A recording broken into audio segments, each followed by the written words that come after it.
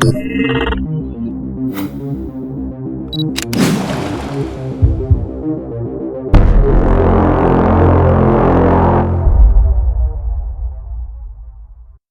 tout le monde, c'est MacFlicon et comme annoncé, me voici pour le premier tuto de ma nouvelle série de mini-tutos et aujourd'hui on va voir comment dégrader une couleur vers le blanc en utilisant le Blender.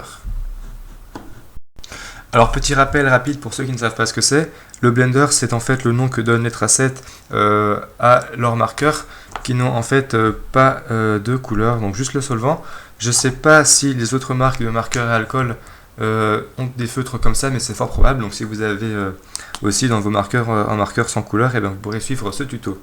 On va donc utiliser ce Blender, ce marqueur sans couleur, pour réaliser un dégradé vers le blanc d'une autre couleur, et on va voir ça tout de suite. C'est parti.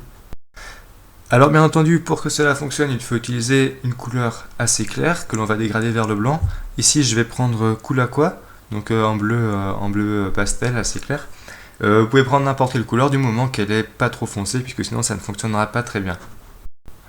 Alors je vais rapidement dessiner deux petites formes. Voilà. Donc, on va faire nos dégradés dans ces petites formes là. Donc on mettra la couleur de ce côté ici, et puis on dégradera vers le blanc, comme ça vous verrez bien. Donc j'ai fait deux carrés, pourquoi? Puisqu'il y a deux manières de faire, donc qui sont assez semblables, mais juste il y a deux manières différentes de mettre l'encre, vous allez voir ça. Donc on va tout de suite commencer avec la première méthode. Première méthode, je prends mon Blender, je vais mouiller le papier sur toute la zone dans laquelle je voudrais avoir mon dégradé. Donc je vais juste laisser sec le bout ici. Le gris qui apparaît ici, ce n'est pas de la couleur, mais c'est juste du fait que le papier est mouillé justement. Donc voilà, on imbibe bien notre papier. On va vite prendre la couleur qu'on va dégrader. Je prends mon bleu, je mets du bleu ici et je déborde volontairement sur le Blender. Et je finis ça de manière à peu près droite, voilà. Ensuite, on reprend le Blender et puis on va venir diluer encore sur la zone sur laquelle on s'est arrêté. Donc vraiment sur la limite de notre trait bleu, on va venir remettre un coup de Blender pour que ça s'estompe plus doucement. Et puis de même avec le marqueur de couleur, on va venir refaire un petit peu la couleur ici pour la rendre plus foncée, que l'effet soit plus marqué. Voilà, donc en fait ça revient un peu à faire un dégradé classique, mais dans un seul sens. En fait on envoie plus la couleur de ce côté là. Hop. Et voilà. Alors maintenant vous voyez ici c'est gris foncé, enfin c'est gris, il y a une certaine ombre, c'est un peu plus foncé. On va attendre que ça sèche, et en fait une fois que le Blender sera sec, il n'y aura plus ce gris qui est simplement dû à l'humidité. Donc j'attends que ça sèche et puis on se retrouve juste après. Bon, c'est à peu près sec, pas tout à fait, mais quoi qu'il en soit, on va quand même passer maintenant à la deuxième méthode. Donc, de nouveau, je prends mon Blender, ça commence pareil, je vais mouiller la zone sur laquelle je vais faire mon dégradé. Donc, il faut bien y aller, hein, faut que ce soit bien humide. Je vais prendre ma couleur, sauf que cette fois-ci, je vais faire des petits traits comme ça, rapides, pour que la couleur s'estompe de nouveau dans le Blender.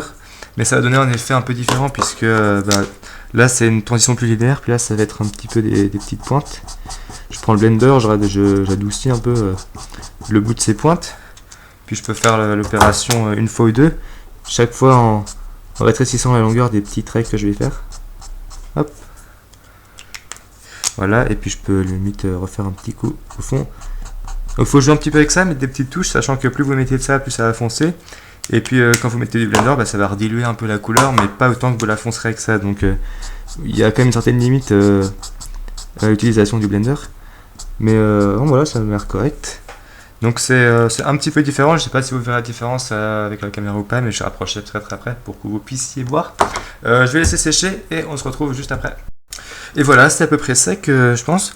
Alors maintenant, rapidement, quelques détails sur cette technique. Tout d'abord, si vous utilisez un papier trop épais, ça va moins bien marcher, puisqu'en fait il va vous falloir mettre plus d'encre dans le papier pour qu'il soit bien imbibé et que ça dilue la couleur. Donc d'une part vous gaspillerez de l'encre, et d'autre part, et comme j'ai dit avant, ça marche un peu moins bien. C'est pour ça que je vous conseille vivement d'avoir du papier spécial pour les marqueurs si vous utilisez des marqueurs à alcool. Donc vous voyez, c'est une feuille qui est vachement plus fine, et il y a un côté qui est en fait plastifié pour ne pas que ça passe à travers, et ça restreint l'étalement de l'encre, donc on reste quand même assez précis. Je vous mets un lien dans la description pour que vous puissiez voir de quel type de papier il s'agit.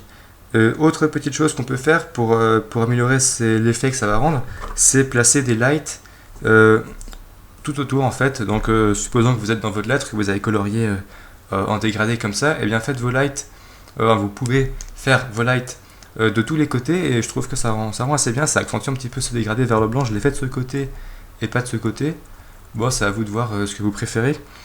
Voilà, donc les lights ici je les ai faites avec un Molotov 127 HS avec une mine de 1,5 mm. Je vous mettrai aussi un lien dans la description pour que vous puissiez voir ce que c'est, même si c'est pas le sujet du tuto. Et enfin, comme j'ai dit, on a fait 2 techniques différentes. Je vais tout de suite rapprocher la caméra pour qu'on puisse mieux parler des différences qu'il y a entre les deux. La magie des vidéos.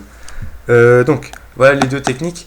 La première technique, comme j'ai dit avant, c'est assez linéaire. Je ne sais pas si on voit vraiment bien à la caméra, mais il y a des petites lignes, enfin, ça fait foncé, moyen, plus clair et encore plus clair.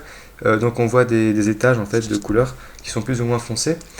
Tandis que sur l'autre technique, c'est en fait des petits traits qui deviennent de moins en moins foncés et qui sont tous parallèles. Donc ça, c'est un petit effet, mais je le précisais parce que c'est pas du hasard, ça dépend de comment vous étalez votre encre.